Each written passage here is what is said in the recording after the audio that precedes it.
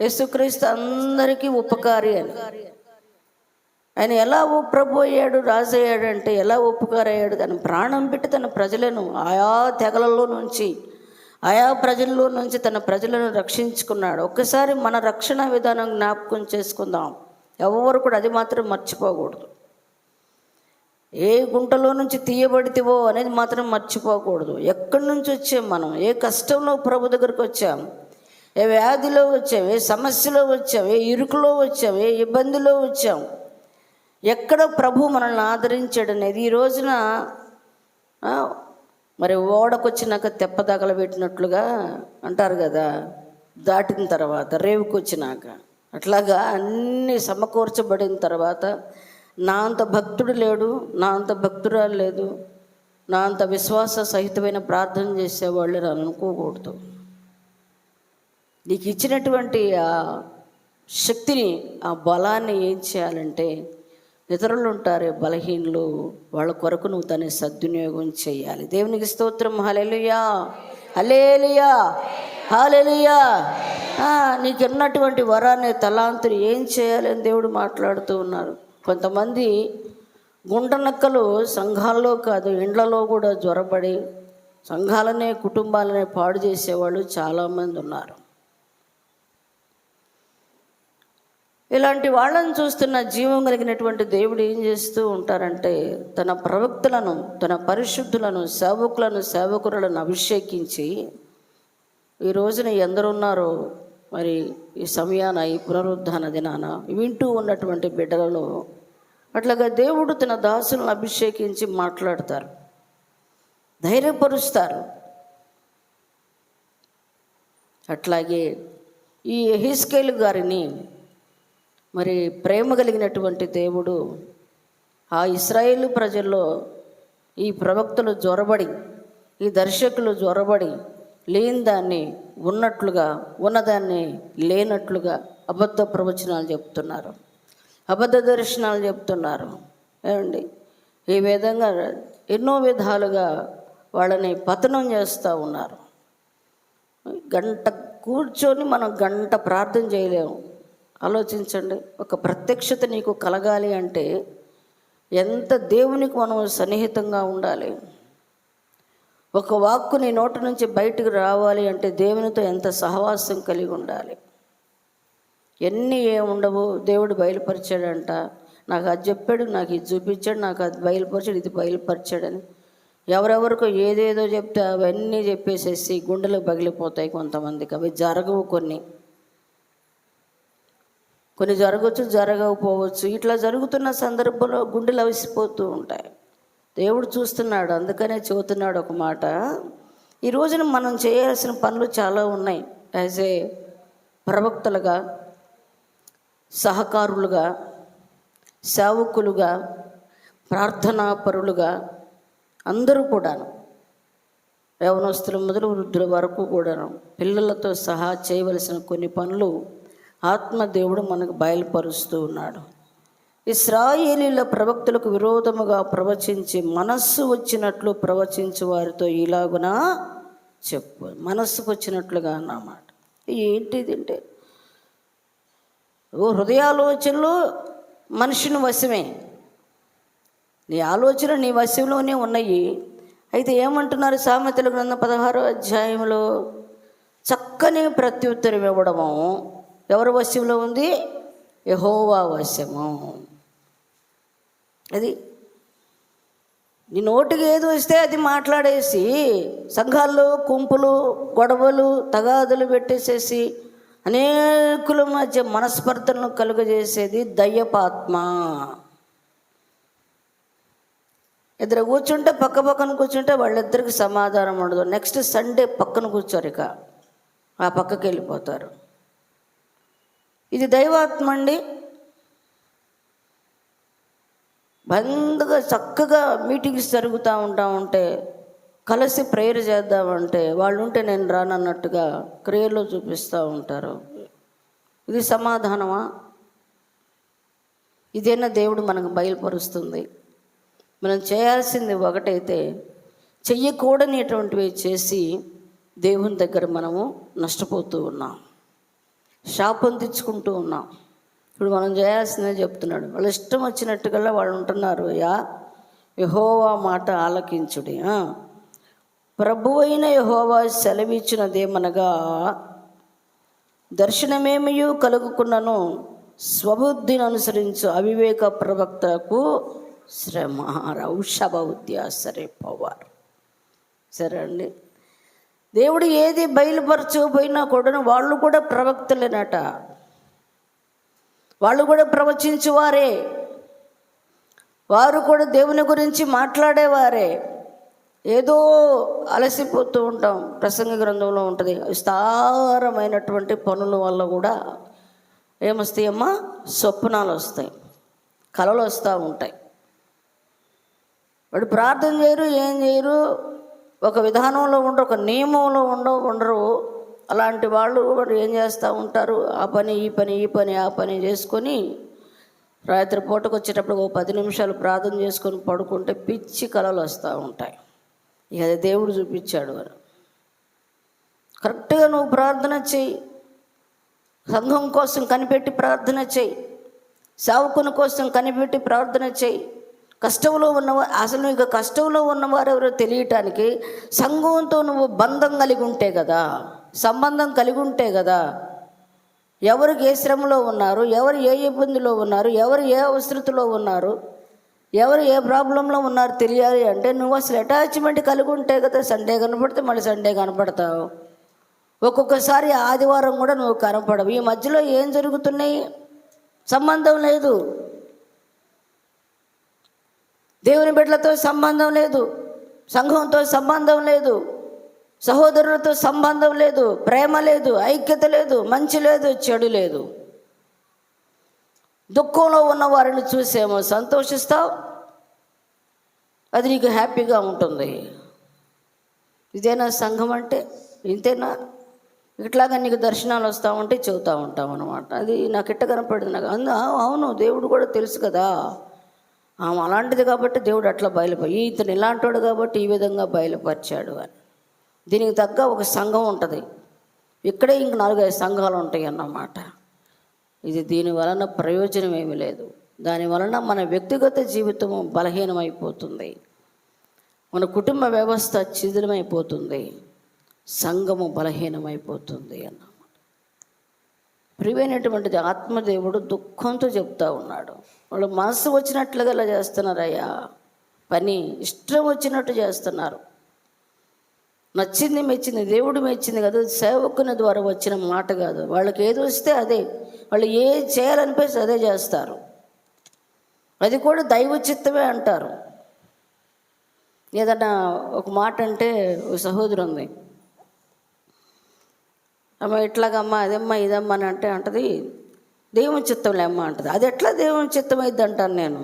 ఒక నష్టాన్ని కలిగించే మాట చెప్తే నేను, అది ఎట్లా దేవుని చిత్తం అవుతుంది? దేవుని చిత్తం అనే టక్మని అనేస్తామన్నమాట. అజ్ఞానం, మనస్సుకు వచ్చినట్లుగా నోటికి ఏది వస్తే అది మాట్లాడేసేయటం. దేవునికి స్తోత్రం, హల్లెలూయా. ఈ దేవుడు మాట్లాడతాడు. అలాంటి ప్రవక్తలు కట్ట శ్రమ అంటున్నాడు. ఇప్పుడు ఇశ్రాయేలీయులారా, 4వ వచనం హెస్కేలు గ్రంథం, మీ ప్రవక్తలు పాడైన స్థలములలో నుండి నక్కలతో సాటిగా ఉన్నారు. దేవునికి స్తోత్రం, హల్లెలూయా. ఈ ప్రవక్తలు ఎలా కొన్నారంటమ్మా? పాడైన స్థలములలో నక్కలు. అసలు నక్కలు ఎందుకు ఉంటాయి అక్కడ చెప్పండి? నక్కలు ఎందుకు ఉంటాయి? అవి శవాల్ని పీక్కొని తింటాయి అన్నమాట. చనిపోయిన తర్వాత అవి ఉంటుంది అక్కడ నరుస్తూ ఉంటాయి అన్నమాట నక్కలు. పాడైన స్థలాల్లో నక్కలుంటే ఈ ప్రవక్తలట అసలే ఆ సహోదరి బాగా ఆలకించండి, అసలే ఆ సహోదరుడు, ఆ కుటుంబము, ఆ సంఘము, ఆ పరిస్థితులు ఎట్లాగున్నాయి, అగమ్యగోచరంగా ఏం బలహీనంగా ఉండారు అసలు. మళ్ళీ అక్కడికి వెళ్ళి ఏం చేస్తాము? అగ్నికి ఆజ్యం పోసినట్లుగా దానికి ఇంకా 4 తగిలిస్తామన్నమాట. అవునా? అవునవును, నిజమే. ఇంకెప్పుడు అతనికి ఏమనిపించింది? విశ్వాసంలో బలపరచబడతాడా? సంఘాన్ని ప్రేమిస్తాడా? పరిచారకులను అభిమానిస్తాడా? అసలు కలిసి ఉంటాడా? ఏంటి ఈ మాటలు? అసలే పాడైపోయి ఉంటే ఆ పాడైపోయిన చోట ఇంకా ఏమైనా దొరుకుతాయేమోనని ఈ ప్రవక్తలు వెళ్ళి లేనిపోయిన కథలు చెప్పి, దర్శనాలు చెప్పి, ప్రవచనాలు చెప్పి అక్కడికి వెళ్ళి కేవలం స్వార్థంగానన్నమాట వాళ్ళలో జ్వరబడి వాళ్ళని ఇంకా పతనం చేస్తూ ఉంటారు ఈ దేవుని బిడ్డలో. అందుకని సంఘాలు ఎందుకు బలహీనమవుతుంది తెలుసా? సేవకుడు సేవకురాలు వల్ల బలహీనం అవ్వం. వీళ్ళ దగ్గరకు వచ్చి కూడా చెబుతారు, అట్లా అయ్యగారు, ఎట్ట అయ్యగారు, అది అమ్మగారు, ఇది అమ్మగారు అని. కొన్ని వినబడుతూ ఉంటాయి, కొన్ని కనబడుతూ ఉంటాయి. మౌనంగా ఉండాల్సి వస్తుంది అన్నమాట. అట్లా ఉండకూడదు. సంఘాల్లో జీవం కలిగినటువంటి దేవుడు ఒక ప్రవక్తగా, ఒక దాసునిగా, ఒక విశ్వాసిగా నిన్ను రక్షించి విమోచించి ఆయన రక్తం ఇచ్చి నిన్ను విలువగా పెట్టుకుంది. ఎందుకంటే దేవుని యొక్క సంఘం ఆయన బిడ్డలని, ఆయన సంఘాన్ని, ఆయన శరీరాన్ని గాయపరచటానికి కాదు. మనం అందరం ఎవరు? ఆయన శరీరం.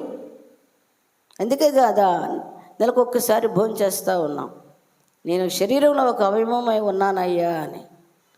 ఆయన శరీరాన్ని మనం ఏం చేస్తున్నామంటే, నాకు యేసయ్య అంటే ప్రేమ అంటున్నాము, ఆ యేసయ్య శరీరాన్ని గాయపరుస్తూ ఉన్నాం, ఆ యేసయ్య శరీరాన్ని హింసిస్తూ ఉన్నాం, మాటలతో దెబ్బలు కొడుతూ ఉన్నాం, అనేకమైనటువంటి విషయాలతోటి వారి మనస్సుని గాయపరుస్తూ ఉన్నాం. ఇంకా నువ్వు దేవుణ్ణి ప్రేమించేది ఎక్కడ? దేవుని ప్రేమిస్తున్నాను అనుకుంటూ దేవుని యొక్క సంఘాన్ని, దేవుని యొక్క బిడ్డలను మనం ఏం చేస్తున్నామంటే హింసకు గురి చేస్తూ ఉన్నాం. మానసిక వ్యధ. దైవజనుడు, దైవ సేవకురాలు, సంఘం దేవుడు అప్పగించిన తర్వాత వీళ్ళు ఏం చేస్తారు? కొన్ని నియామక కూడికలు ఉంటాయి, సభలు ఉంటాయి. మన సంఘపరంగా బ్లెస్సింగ్, షాలెం బ్లెస్సింగ్ మినిస్ట్రీ పక్షంగా జరుగుతున్నటువంటి ఈ కూటాలు, ఈ సభలు ఇవన్నీ ఉంటాయి. వీటికన్నిటికీ ఇది దేవుని శరీరం. ఇది ప్రవక్తల పని చేయాలి, ప్రార్థించేవారు ప్రార్థించే పని చేయాలి, సహకరించే వాళ్ళు సహకరించాలి.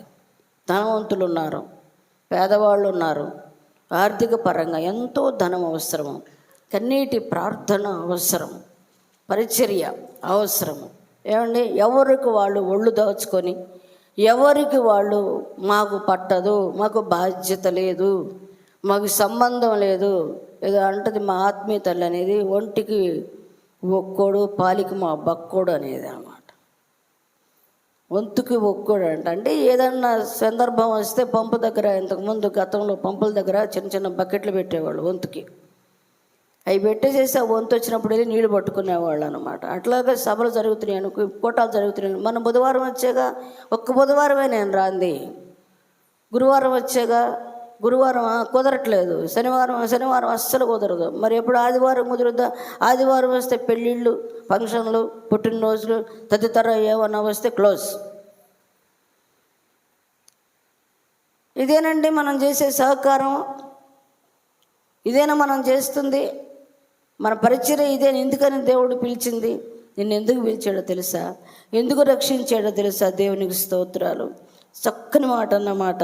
5వ వచనం, యెహోవా దినమున ఇశ్రాయేలీయులు యుద్ధమందు స్థిరముగా నిలుచున్నట్లు మీరు అది ఇశ్రాయేలీలట యెహోవా దినమందు. చూసారా అండి ఎంత గొప్ప మాట అది. యెహోవా దినమందు. యెహోవా దినం ఏదంటే సభలు, దేవుని దినం, నియామక కూడికలు, పరిచర్య, ప్రార్థన, ఇవన్నీ సంఘానికి సంబంధించిన ఎన్నో కార్యక్రమాలు మన దగ్గర ఉన్నాయి. ఇవన్నీ దేవుడు మన కొరకు, మన క్షేమాభివృద్ధి కొరకు, ఆత్మీయ బలం కొరకు, సంఘం విస్తరించబడాలి. అనేక ప్రాంతాల్లో ప్రభా నీ పని విస్తారంగా జరగాలి, అనేక ప్రాంతాల్లో విస్తారంగా సభలు జరగాలి ప్రభువా అని ప్రార్థన చేస్తూ ఉన్నాం. ప్రార్థన వరకే చేస్తున్నాము. మరి ఆయా ప్రాంతాల్లో కొన్ని విగ్రహ సంబంధమైన ప్రాంతాలు ఉన్నాయి, కొన్ని నామకార్థ క్రైస్తవులు ఉన్నారు, కొందరు ఎన్నో విధాలుగా చితికిపోయినటువంటి వారు ఉన్నారు. దేవుడు బయలుపరిచి వాళ్ళని పంపిస్తూ ఉన్నారు, పరిచర్య జరిగిస్తూ ఉన్నది. ఇప్పుడు దేవుడు ఏం మాట్లాడుతున్నారు? అలాంటి చోటుకి మీరు వెళ్ళి ఏం చేయాలట? యెహోవా దినమున ఇశ్రాయేలులు యుద్ధమందు స్థిరముగా నిలుచున్నట్లు. ఏది యుద్ధ దినం? ఉపవాస ప్రార్థనల యుద్ధ దినం, సభలు యుద్ధ దినం, అన్నీ ఏదైతే సంఘంలో జరుగుతూ ఉన్నాయో అవన్నీ కూడా యుద్ధ దినాలు. యుద్ధం చేస్తున్నాం, దుష్టుడితో యుద్ధం చేసే దినాలు అవి. అలాంటి దినాలు స్థిరంగా మిగిలినటువంటి దేవుని బిడ్డలు నిలబడాలి అంటే నువ్వేం చేయాలి? ఇంట్లో కూర్చుంటావా? పట్టనట్టు ఉంటావా? బాధ్యత లేకుండా ఉంటావా? సహకరించడానికి మనసు రాదా? సిద్ధపాటు మనసు ఉండదా? ఏంటి మన గొప్ప? ఏంటి మన పరిస్థితి? ఎందులో మనం గొప్పోళమే? వాళ్ళు పిలవలేదే, వీళ్ళు పిలవలేదే, పిలిస్తే రారు, పిలవకపోతే పిలవలేదని నెపం. ఒకరోజు వస్తే 2 రోజులు కనపడరు. ఒక్కొక్కళ్ళు అయితే అసలు బాధ్యతే ఉండదు. మళ్ళీ సంఘం, అయ్యగారు, అయ్యో అమ్మో, ప్రేమ ఆప్యాయత. చెప్పినట్టుగా వింటున్నావా? విను. ఆయన చెప్పినట్టుగా విను. మన మనసుకు వచ్చినట్టు చేస్తాం. చెప్పుకున్నాం కదా, ముందే ఉంది కదా వాక్యం అక్కడ. నీ మనస్సుకు వచ్చినట్లుగా నువ్వు ప్రవచిస్తున్నావు, నీ మనస్సుకు వచ్చినట్టుగా దర్శనం చెప్తున్నావు, నీ మనస్సుకు వచ్చినట్టుగా ప్రార్థన చేస్తున్నావు. ప్రార్థన సమయాల్లో ఉండకుండా సపరేట్గా ప్రార్థన చేసుకునే వాళ్ళు లేరు. సంఘంగా ప్రార్థన చేస్తామా? అప్పుడు రారు. వీళ్ళు సపరేట్గా చేస్తారు, ప్రార్థన సమూహంలో కలవరు. ఎందుకని? వీళ్ళకి సపరేట్ యుద్ధం ఉంది, వీళ్ళకి ప్రత్యేకమైన ఒక యుద్ధం ఉంది. మనుషులతో కలవరు, వీళ్ళు ప్రజలతో కలవరు. వాళ్ళు సరి చేయబడతాం ఇష్టం లేకనే నువ్వు వాళ్ళతో కలవు అన్నమాట. దేవుడు మాట్లాడుతున్నాడు ఇక్కడ. నేను పిలిచింది ఎందుకంటే ఆ యుద్ధ దినమందు స్థిరముగా నిలుచున్నట్లు. మీరు గోడలలోనున్నా ఎక్కడ నిలబడాలి? ఎక్కడ నిలబడాలి? గోడ ఏమైందంటే బీటలు వారింది. గోడ బీటలు వారింది, కొంచెం ఇలాగా పక్కకు వచ్చేసింది. వచ్చినప్పుడు ఏమవుతుందంటే పడిపోవటానికి సిద్ధంగా ఉంటుంది. నువ్వేం చేయాలి? అక్కడ కూర్చోవాలా? పడుకోవాలా? రెస్ట్ తీసుకుంటావా? నాకు హెల్త్ బాగలేదని ఉంటావా? నాకు అవకాశం లేదని ఉంటావా? వచ్చి నువ్వు గోడ బీటల్లో నిలబడమంటే మనం ఏం చేస్తాం? మనకిష్టం వచ్చిన స్థలంలో నిలబడతాం, మనకు అనుకూలంగా ఉన్న చోట నిలబడతాం, మనకిష్టమైన మెసేజ్ అయితే వింటాం, మనకిష్టమైన స్థలానికి అయితే వెళతాం, ఇష్టమైన వ్యక్తి మాటలైతే వింటాం, మన మనస్సుకు నచ్చిన వారితో ఉంటాం, మనకిష్టమైనటువంటి వారితో సహవాసం చేస్తాం. దేవునితో మాత్రం సహవాసం చేయటానికి ఇష్టపడము. నువ్వు చెయ్యాల్సింది చేయకుండా ఏదేదో చేస్తూ ఉంటే ఎట్లాగా? గోడలు పగిలిపోతున్నాయి, ఇక్కడ బీటలు వారిని సిద్ధంగా ఉంది పడిపోవటానికి. నువ్వు అక్కడ నిలబడు అంటే అర్థం ఏంటో తెలుసా? నువ్వు అక్కడ నిలబడితే, అక్కడ ఉంటే స్థిరంగా ఏమవుతుందంటే ఆ బీట ఇట్లాగా అంటూ పోతుంది అన్న. మధ్యలో గ్యాప్ వచ్చింది కదా, ఈ గ్యాప్లో ఏం చేయాలి? నువ్వు నిలబడాలి. అంటే సంఘం ఏ విధంగా ఉంది, కుటుంబ పరిస్థితి ఎలాగుంది, ఎవరెవరు, ఏం జరుగుతుంది, అసలు సంఘంలో ఎవరికి ఎట్లా ఉన్నారో ఏమైనా ఎప్పుడన్నా గమనించావా? నువ్వు అర్థం చేసుకున్నావా? వాళ్ళ కోసం ప్రార్థన చేసావా? వాళ్ళ మధ్య నిలబడుతున్నావా? శ్రమలో ఉన్నవారి మధ్య నిలబడాలి, ఇబ్బందుల్లో ఉన్నవారి మధ్య నిలబడాలి, బలహీనుల మధ్య నిలబడాలి. రోమీయులకు రాసిన పత్రిక 14వ అధ్యాయము 1వ వచనం చూడండి. రోమీయులకు రాసిన పత్రిక 14. మా విశ్వాసము విషయమై బలహీనులైన వానిని మనం ఏం చేస్తున్నాం? ఏమండి, విశ్వాస విషయంలో ఒకడు ఎలాగున్నాడు? ప్రార్థనా విషయంలో బలహీనంగా ఉన్నాడు. ఒక్కొక్కళ్ళు చేదు మాటలు మాట్లాడతారు, మనుషుల ముందు మెహర్బానీగా మాట్లాడతారు. వాళ్ళ మనస్తత్వం ఏంటో తెలుసు, వాళ్ళు ఎలాంటి వాళ్ళో తెలుసు, వాళ్ళ వ్యక్తిత్వం ఏంటో తెలుసు. తెలిసినప్పుడు నువ్వు ఆ వ్యక్తిని ఏం చేయాలి? బాగు చేయటానికి ఇష్టపడాలి, సరి చేయటానికి ఇష్టపడాలి, సన్మార్గంలోకి రావడానికి ఇష్టపడాలి, వారిని మంచిగా తీసుకురావడానికి ఇష్టపడాలి. ఎవరైనా ఒక వ్యక్తి దానికి పూనుకొని సన్నిహితంగా ఉంటే ఎన్ని మాటలు వస్తాయి ఆలోచించండి. విశ్వాస విషయంలో బలహీన వ్యక్తిని చేర్చుకోమంటే అతనితో గొడవలు పెట్టుకొని నీకు అసలు బుద్ధి లేదు, నీతో నేను మాట్లాడాలా?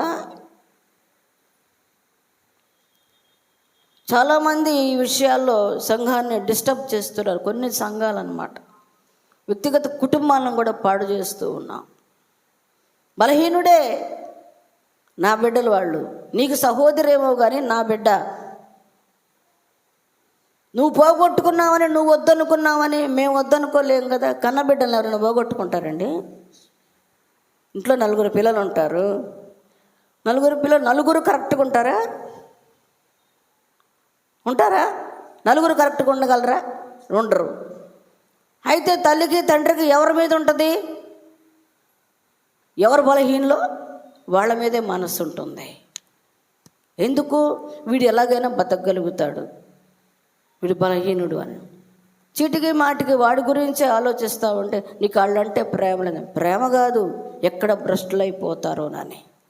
చెయ్యి వదిలేసేవనుకో ఏమైపోతారు? అది నిలబడటం అంటే అది. ఇలాంటికి దీనికోసం ఈ బలాన్ని ఇవ్వటానికి దేవుడు నిన్ను రక్షిస్తే నువ్వేం చేస్తున్నావు? ఎలాగొంది మన ఆత్మీయ పరిస్థితి? బలహీనమైనటువంటి వాడిని దూషిస్తూ అది మంచిది కాదు, వీడు మంచోడు కాదు, వాడు మంచోడు కాదు, వాడిని రానేయకూడదు, వీడిని రానేయకూడదు, అది అలాగా ఇది ఇలాగా ఏంటేంటో మాటలు అనేసేసి అనేక హృదయాలు గాయపరిచి బలహీనలు చేయటానికి కాదు దేవుడు మనల్ని రక్షించింది. ప్రియమైన దేవుని బిడ్డలారా, యేసయ్య మన కొరకు ప్రాణం పెడితే నిన్నేం ప్రాణం పెట్టమంటలేదే. పెట్టమంటున్నాడా? లేదు కదా. నిన్నేం ప్రాణం పెట్టమంటలా, సమకూర్చమంటున్నాడు, సహకరించమంటున్నాడు, నీకు చేతనైంది చెయ్యమంటున్నాడు. నీకు ఇచ్చిన తలాంతుని, అభిషేకాన్ని అనేక ఆత్మల రక్షణార్థమై దానిని సద్వినియోగం చేయటానికి సంసిద్ధురాలుగా సంసిద్ధునిగా నువ్వు ఉండాలి. నేను సంఘ పెద్దల్ని ఏమంటున్నానంటే, మామూలుగా ప్రతి సభలో వాళ్ళు 7 ఉన్నారు, 9 మంది ఉన్నారు, నాకు సంఖ్య అయితే అంతగా ఐడియా లేదు. ఆ 7 కనబడాలి అంటున్నాను. కారణం ఏమనగా దైవ సేవకులు హస్త నిక్షేపణ చేసి వారిని పెద్దలుగా నిర్ణయించినప్పుడు ఎలాగుండాలి? ధైర్యపరిచే వాళ్ళుగా ఉండాలి. సేవకునికి కుడి భుజంగా రైట్ అండ్ లెఫ్ట్గా ఉండాలి అన్నమాట. మేమున్నాం భరోసా. ఏదన్నా చిన్న ప్రార్థన అయినా పెద్ద సభలైనా సరే 2 రోజులతో 2 రోజులు ఉండాలి, 3 రోజుల 3 రోజులు ఉండాలి. సేవకునికి అంత ధైర్యం ఆలోచించండి. ఒంటరి పోరాటంలాగా ఉండకూడదు, ఎంతో సహకారంగా ఉండాలి. స్త్రీలు ఉన్నారు, ప్రవక్తలు ఉన్నారు, సంఘంలో పరిశుద్ధులు ఉన్నారు, ప్రార్థించేవారు ఉన్నారు, పనులు చేసేవాళ్ళు ఉన్నారు, ఎంతో రైట్ అండ్ లెఫ్ట్గా ఉండేవాళ్ళు ఉన్నారు. ఎక్కడ ఉంటున్నాం మనం? నిలుస్తున్నావా? గోడ సందులో బీటలు వారినటువంటి వాటి మధ్య ఉంటున్నావా? నాకెందుకులే, పడిపోతే నాకెందుకు, ఆ గోడ పడిపోతే నాకెందుకు, గోడతో నాకు సంబంధం ఏముంది, ఆ సభ ఎట్లా జరిగితే ఏం పోయింది. నేను చాలామంది అనుకుంటారు కదా, నేను వెళితేనే అవుతుందా ఏంది అని అనుకుంటారు. నువ్వు వెళితే అవుద్దని కాదు, నీ పని నువ్వు చేస్తున్నావు కాబట్టి జీవం కలిగినటువంటి దేవుడు నువ్వు చేసిన దానికి ప్రతిఫలంగా దేవుడు నీకు గొప్ప ధన్యత ఇవ్వబోతున్నాడు. ఆమేన్. హల్లెలూయా, హల్లెలూయా. ఇది నీ విధి అని దేవుడు చెప్తున్నాడు. ఈ రోజున ఎవరి వలన రాకపోయినా ఏ పని ఆగిపోదు, వచ్చినందువలన అది సమృద్ధిగా జరుగుతుంది. కానీ నిలబడం అంటున్నాడే, నీకు చెప్తున్నాడే, ఆ పని నువ్వు చేయలేదనుకో నీకు శ్రమ. దేవుని పని చాలా విలువైనటువంటిది అన్నిటికంటే కూడాను. ఇందుకు దేవుడు ఏర్పాటు చేసుకున్నాడు, పడిపోతున్నటువంటి వారిని లేవనెత్తటానికి. అన్యులు రక్షించబడ్డ వాళ్ళు ఉన్నారు, సంఘంలో. అన్య ప్రాంతాల్లో విగ్రహ సంబంధమైనటువంటి వారి మధ్య సభలు జరుగుతూ ఉన్నాయి. అక్కడికి వచ్చి నువ్వు సాక్ష్యం చెప్తే ఎంతమంది కదిలించబడతారు ఆలోచించండి. నీ గొప్ప సాక్ష్యం, నీ రక్షణ విధానం, నేను ఇట్లా ప్రభు నన్ను దర్శించాడు, నువ్వు ఒక మాట నువ్వు చెప్పావనుకో, ఎంత ఆశీర్వాదకరంగా ఉంటుంది. అర్థమవుతుందా? ఇదే నిలబడటం అంటే. బలహీనమైనటువంటి వారిని బలపరుస్తావు, కురుకుపోతున్నటువంటి వారిని లేవనెత్తగలుగుతావు. నీ మాటలో శక్తి ఉంది, నీ సాక్ష్యంలో బలం ఉంది. ఏ రోజున నిలబడి సాక్ష్యం ఇచ్చావా? దేవుని నామానికి మహిమార్థంగా హైందవ కుటుంబాల నుంచి రక్షించబడినటువంటి వారు మౌనంగా ఉండకూడదు. చూడండి, ఇంక దేవుడు ఏం మాట్లాడుతూ ఉన్నారు. ప్రాకారములను దిట్టపరచరు. 5వ వచనంలోనే వాళ్ళ గోడల్లో నిలబడరంట. తర్వాత ప్రాకారాలు ఉన్నాయి కదా, ప్రాకారాలు అంటే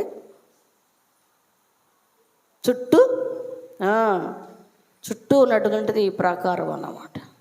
ఇవి బలంగా ఉండాలి. ఇవి బలంగా ఉండాలంటే ఏం చేయాలి?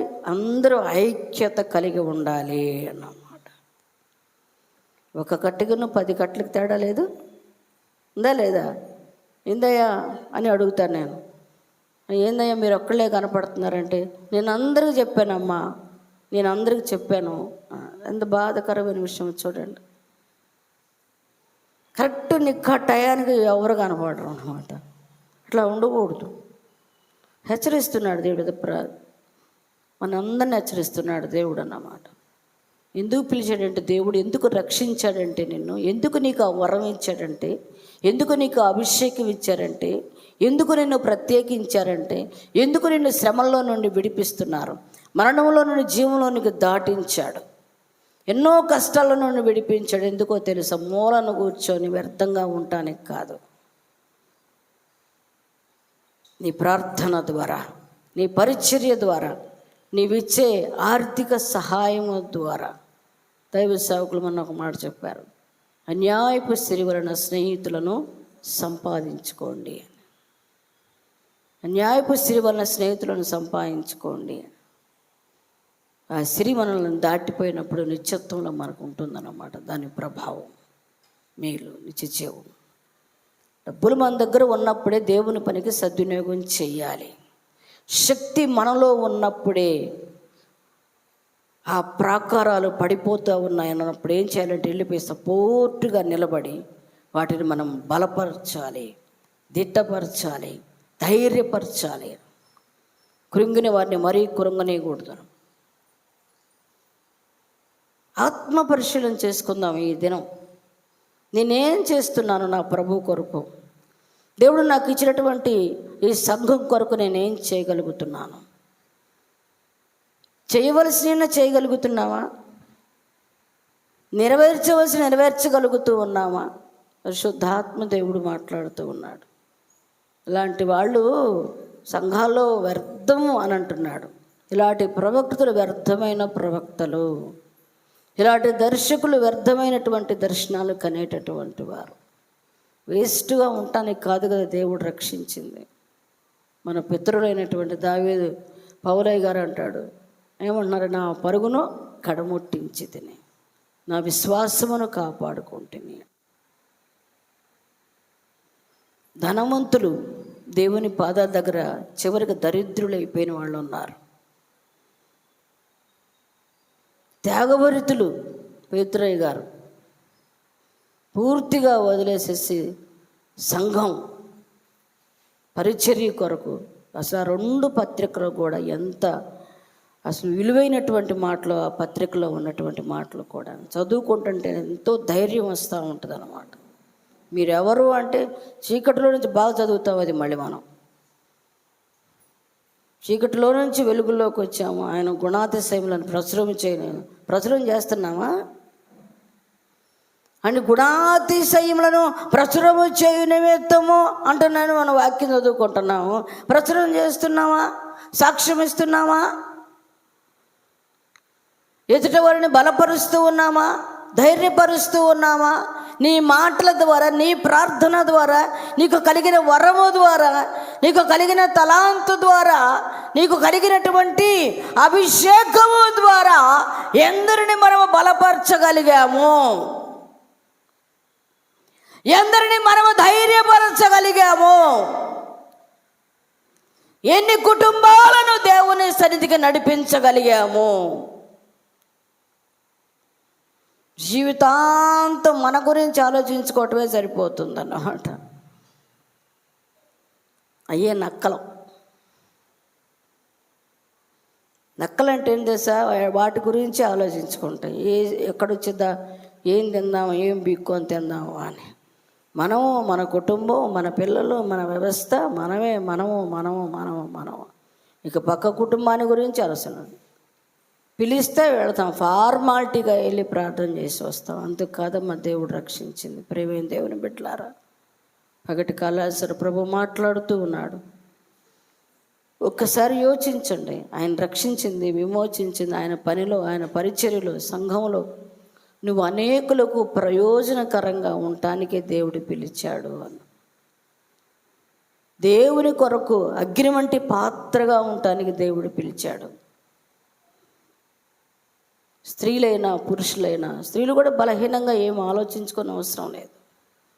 నీకు శ్రద్ధ ఉండాలే కానీ, మనసు ఉండాలేనే కానీ. చూడండి, షునేమీరాలు ఇంట్లో ఉండి దైవ సేవకుడిని, దైవజనుడిని పిలిచి ఆమె గమనించి, ఇతను వచ్చుచూ పోవచ్చు ఉన్నటువంటి వాడు భక్తి గల దైవజనుడని నేను ఎరుగుదును అంటుంది. ఇంట్లో ఉండి దైవ సేవకునికి పరిచర్య చేసింది.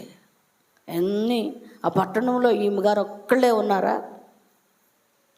ఈమెగారికే కనపడాలా అంటే తన దృష్టి అంతా ఎలాగుందంటే, తన కుటుంబంలో తనకు లేనిది ఒకటి ఉంది.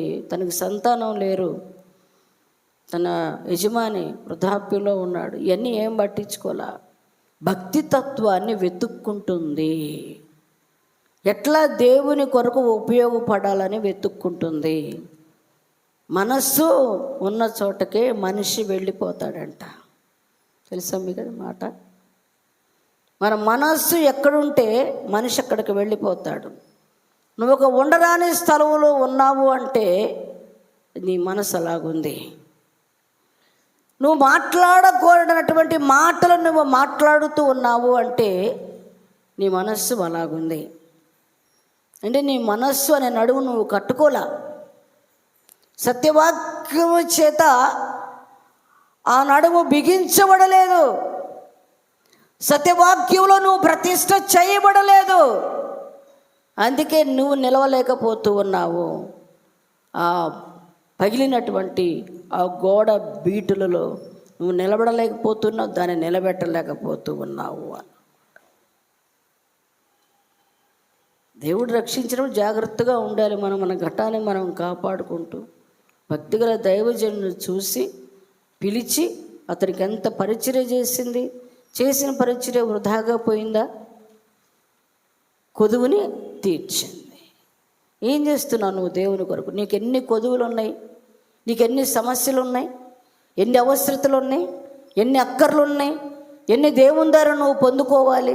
అవన్నీ దేవుని ద్వారా నువ్వు పొందుకోవాలి. దేవునికి మనం ఏమి చేయగలుగుతున్నాము? నువ్వేదైనా చేస్తే యేసయ్యా ఇదిగో ఇట్లాగా ప్రభువా అని ఒక్క మాటైనా మనం చెప్పుకునే ధైర్యం మనకు వస్తుంది. ఏం చేయగలుగుతున్నావు? పరిచర్య చేయగలుగుతున్నావా? ప్రార్థన చేయగలుగుతున్నావా? ఏ పనిలోనైనా కఠినమైనటువంటి దానిలో సహకరించగలుగుతున్నావా? జటిలమైనటువంటి దాన్ని పరిష్కారం చేయగలుగుతున్నావా?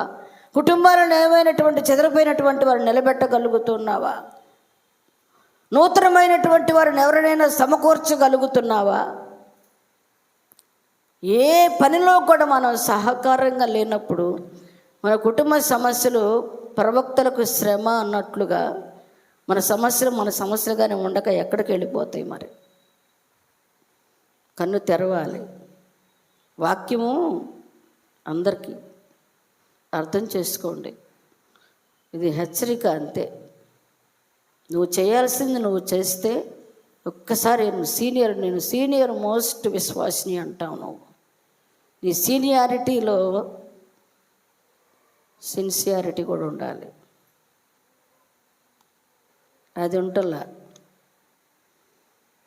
పెరుకి మనం ఎప్పటి నుంచో ఉండేవాళ్ళమే కానీ గట్టి పునాదులు లేనటువంటి వారంగా కనబడుతూ ఉన్నాం. తద్వారా ఏమవుతుందంటే నువ్వు బలహీనమైపోతావు. అన్ని విషయాల్లో కూడా మనం బలహీనపరచబడుతూ ఉంటాం. దేవుడు అందుకు కాదు విమోచించింది. నువ్వు నిలబడాలి. దేవుడు మళ్ళీ హెచ్చరిస్తున్నాడు. యెహోవా దేవుడు హెచ్చరిస్తూ ఉన్నాడు అన్నమాట. మీరు నిలబడండి. ఈ విధంగా కనుక మీరు ఉన్నట్లయితే చక్కగా నేను ఒక వాగ్దానం చేశాను, ఆ వాగ్దానాన్ని నేను నెరవేరుస్తాను. దేవునికి స్తోత్రం. హల్లెలూయా, హల్లెలూయా. వాగ్దానాలు ఉన్నాయి. నీ కుమారుని పక్షంగా వాగ్దానాలు ఉన్నాయి. నీ బిడ్డల పక్షంగా వాగ్దానాలు ఉన్నాయి. నీ వ్యక్తిగత పక్షంగా వాగ్దానాలు ఉన్నాయి. ఇవి నెరవేర్చబడాలి అంటే గనక ఏం చేయాలి? నువ్వు చేయవలసినటువంటి దైవ చిత్తానుసారమైనటువంటి విధిని, నీకు మనస్సుకు వచ్చినట్లుగా కాదు, నీకు నచ్చినట్లుగా కాదు, నువ్వు మెచ్చుకున్నట్లుగా కాదు. నీ పని నీకు ఇష్టంగా ఉండొచ్చు కానీ, నీ మనస్సుని ఇష్టమైనట్టుగా వెళ్ళొచ్చు కానీ, దేవుడు నచ్చేదిగా మెచ్చేదిగా ఉండాలి మనం ఏం చేసినా కూడాను. అప్పుడే దేవుడు మన పక్షంగా కార్యాలు చేస్తాడు. అకుల్లా ప్రిస్కిల్లాలు కూడా వాళ్ళకు నచ్చినట్టుగా లేరు. దేవుని చిత్తానుసారముగా బలహీనమైనటువంటి ఒక సేవకుడు వచ్చి సంఘంలో మాట్లాడుతూ ఉంటే అతన్ని పిలిచి కూర్చోబెట్టి భోజనం పెట్టి బలపరిచి ఇంకొంచెం ఎక్కబొడిచారు ఆయన్ని. ఏమండి, ఇంకొంచెం ఎక్కబొడిచి గొడవలో పెట్టారా? అవును అవును నిజమే నిజమే అన్నారా? ఇప్పుడు మన పరిస్థితులు ఎలాగున్నాయి? అది ఏంది ఇంకా అంటారు అన్నమాట కదా. అసలే రగిలిపోతా ఉంటే ఇంకొంచెం రగలు కొడతా ఉంటాం. అసలే బాధలో ఉంటే ఇంకొంచెం బాధ పెడతా ఉంటాం. దేవుడు చూస్తున్నాడండి. ఒక వ్యక్తిని బాధ పెట్టావంటే నీ ఇంటిల్లి పదిని దేవుడు బాధ పెడతాడు అన్నమాట. ఇది వాస్తవం. ఎవ్వరికి మనం ఇబ్బందిగా ఉండకూడదు. ఒకటే అంటారు అయ్యగారు, సాధ్యమైతే మేలు చేయి, కీడు మాత్రం అది. నీకు మేలు చేయటం చేతనైతే మేలు చేయి, చేతగానప్పుడు మౌనంగా ఉండంటే ఇంక నీకు ఏది లేదు అక్కడ రిజల్ట్. మేలు చేసే మన యేసయ్యను మనం కలిగి ఉండి ఇతరులకు కీడు చేసే వాళ్ళంగా ఉంటే అది ఎట్లా క్రైస్తవ్యం అవుతుంది? దేవుని ప్రేమ అవుతుందండి అది. అప్పుడు ఎట్లా నిలబడితే ఈ గోడలో ఒక సహోదరి, ఒక కుటుంబం ఎంతో బలహీనం అయిపోవటానికి సిద్ధంగా ఉంది. ఏం చేయాలి? నువ్వు ధైర్యపరిచి వెళ్ళి చక్కగా సంఘాన్ని తీసుకొచ్చి ఒక సేవకుడిని తీసుకొచ్చి చక్కగా నిలబెట్టాలి. గురవాయపాలెంలో ఒక సహోదరి చాలా ఓవర్ బ్లీడింగ్ అయిపోతాం, చాలా కష్టంగా చనిపోవటానికి కూడా సిద్ధంగా ఉంది. మా బంధువుల అమ్మాయి, ఎవరో కాదు. నరసరావుపేటలో క్రొత్తగా సంఘం ఏర్పాటు చేయబడింది. దేవుడు పిలిచారు, మందిర నిర్మాణం చేయబడింది, పరిచర్య జరుగుతూ ఉంది. మా బంధువులు, మా మరదలు, మా సుజాత ఏం చేసిందంటే వాళ్ళ అక్కకి చెప్పింది, వెళ్ళి అక్క ఇట్లాగా ఆ అమ్మాయిని రూతుని మందిరానికి తీసుకొని రా, అమ్మ ప్రార్థన చేస్తుంది, తగ్గిపోతుంది అని అంది. ఆ అమ్మాయి వచ్చేటప్పుడు కళ్ళల్లో ప్రాణం పెట్టుకొని వచ్చింది. నిన్న చెప్పాను సాక్ష్యం, నేను అమ్మ వాళ్ళ ఇంటి దగ్గర కళ్ళల్లో ఒత్తులు పెట్టుకుని అసలు ఏమీ లేదనమాట. మనిషి ఇంట్లాగా అయిపోయింది, అసలు ఏమీ లేదు. ఇట్లా పట్టుకొని చీరను కూడా కట్టుకుంటాను కూడా సరైన పరిస్థితులు లేక భయం వేసిపోయింది ఆమెను చూస్తే. అందరూ తనని కూర్చుంటాను కూడా ఓపిక లేదు, పడుకుంది. అందరం అప్పట్లో ఉన్న సంఘబిడ్డలు అందరూ కూడాను 2 రోజులు 3 రోజులు వసాగా ప్రార్థన చేశాము అమ్మాయి కోసం. దేవుడు గొప్ప స్వస్థతనిచ్చాడు. దేవునికి స్తోత్రం, హల్లెలూయా. ఎంత గొప్ప స్వస్థత అంటే ఇక జీవితంలో ఈ రోజుకి కూడా ఆ అమ్మాయి ఎట్లాగుంది, ఎంతో ఆరోగ్యంగా ఉంది అన్నమాట. ఒక అమ్మాయికి పిల్లలు లేకపోతే ఆ అమ్మాయితో పాటు ఆ అమ్మాయి వస్తే, పిల్లలు లేకపోతే ఆ అమ్మాయి కోసం కూడా ప్రార్థన చేస్తే కొడుకు పుట్టాడు. ఇక్కడ అక్కడ పరిచర్య జరిగి ఎన్ని సంవత్సరాలు, 20 సంవత్సరాలు, వాడు కూడా ఇప్పుడు 19-20 సంవత్సరాలు పిల్లాడు అయ్యాడన్నమాట. మనం ఏం చేయాలి? మనం కష్టాల్లో ఉన్నా, బాధల్లో ఉన్నా, ఇబ్బందుల్లో ఉన్నా, మన కష్టాలు మన బాధలు వాళ్ళకి ఎక్కరో చేయకోకుండా వాళ్ళకున్నటువంటి ఇబ్బందుల్లో మనం షేర్ చేసుకొని మనం చేయగలిగినటువంటి సహాయం చేసి, ప్రార్థన ఏదో చేసి ఆ కుటుంబాన్ని కనుక నువ్వు బలపరచగలిగావు అంటే వెంటనే దేవుడు ఏం చేస్తాడు తెలుసా? అకుల్లాలు ప్రిస్కిల్లాలకి ఒక సావుకుని ఆ వ్యక్తిని మంచి జ్ఞానం గలవాడండి. ఏంటంటే మాట్లాడుతున్నాడు, అన్నీ చక్కగా సరిచేసి మళ్ళీ ఇంకో సంఘానికి పంపించేస్తారు. దేవుడు ఏం చేశాడు?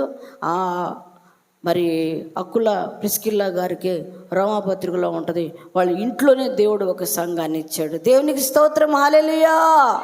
పౌలయ్య గారు సువార్త సేవ నిమిత్తమే బయటికి వెళ్ళినప్పుడు అక్కడ సమాజ మందిరంలో వాక్యం చెబుతున్నా అక్కడ ఉన్నటువంటి వ్యక్తుల్ని బలపరిచినప్పుడు దాసులకి దాసురాలకి సంఘాన్ని ఇచ్చి నిలబెట్టుకున్నాడు. అది కొంచెంలో నువ్వు నమ్మకంగా ఉన్నావు అనుకో, ఏం చేస్తాడు దేవుడు? అధికమైనటువంటి దాని మీద నీకు అధికారం ఇస్తాడు. నీకు కలిగిన కొంచెం స్వస్థతలోనే నువ్వు నమ్మకంగా లేవే, కలిగిన కొద్దిగా మేల్లోనే మనం నమ్మకంగా ఉండలేకపోతున్నామే, కలిగినటువంటి ఆ విశ్వాసంలోనే నమ్మకంగా ఉండలేకపోతున్నామే. అత్యధికమైనటువంటి దేవుడి దగ్గర మనం కోరుకుంటున్నాం, మనకు ఎక్కడి నుంచి వస్తాయి?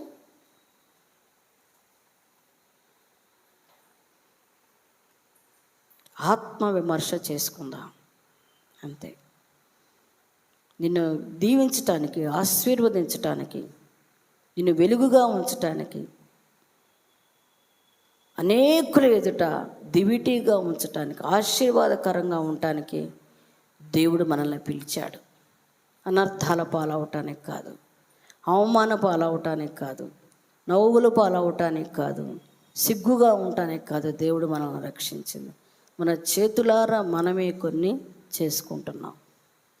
చేయవలసినటువంటివి చేయకుండా, చెప్పవలసినటువంటివి చెప్పకుండా, నెరవేర్చవలసినటువంటివి నెరవేర్చకుండా, మనస్సుకు వచ్చినట్లుగా మనం ప్రవర్తించి దేవుని మనస్సుకు తగినట్లుగా ఉండకుండా అన్ని విషయాల్లో కూడా బలహీనంగా కనబడుతూ ఉంటే అలాంటి వారందరితోటి దేవుడి దినాన మాట్లాడుతూ ఉన్నాడు.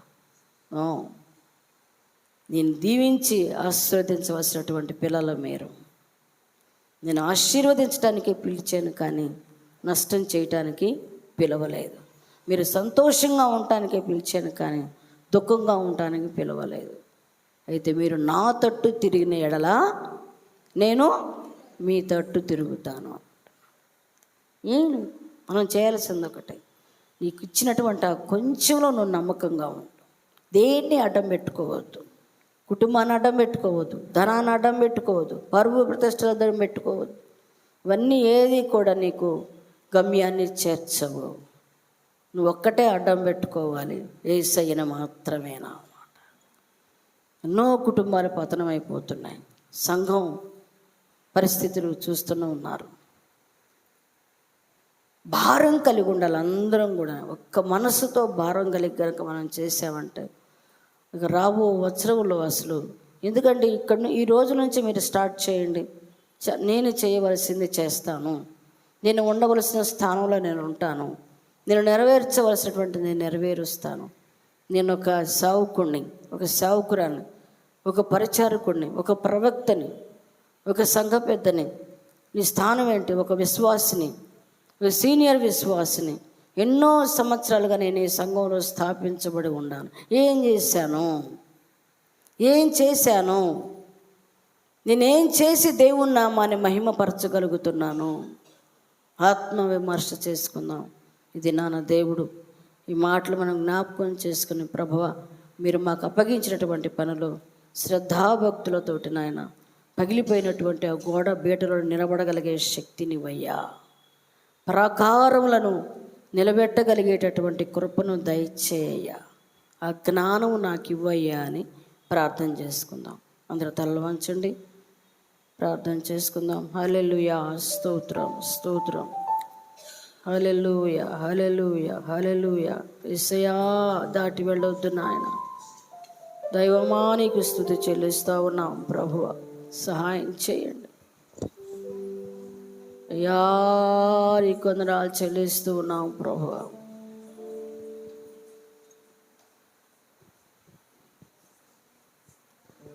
మహోన్నతుడానికి స్తోత్రం చెల్లిస్తూ ఉన్నాం.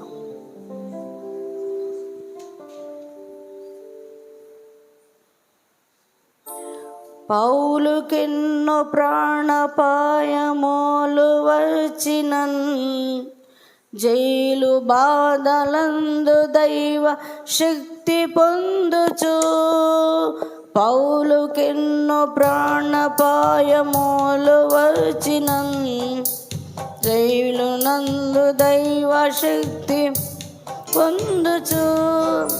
సిలువ వేయబడిన క్రీస్తు వాక్య మర్మముల్, సిలువ వేయబడిన క్రీస్తు వాక్య మర్మముల్, నిత్యమును తెల్పి సాక్షి అయిన రీతిగా, సత్యమును తెల్పి సాక్షి అయిన రీతిగా, నిలువుడి యేసుని సాక్షిగా నిలా.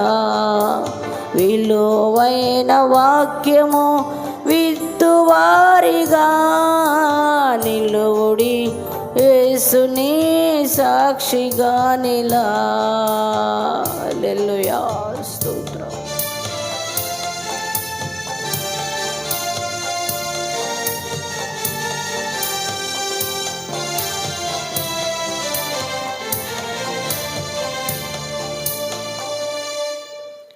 హల్లెలూయా, హల్లెలూయా.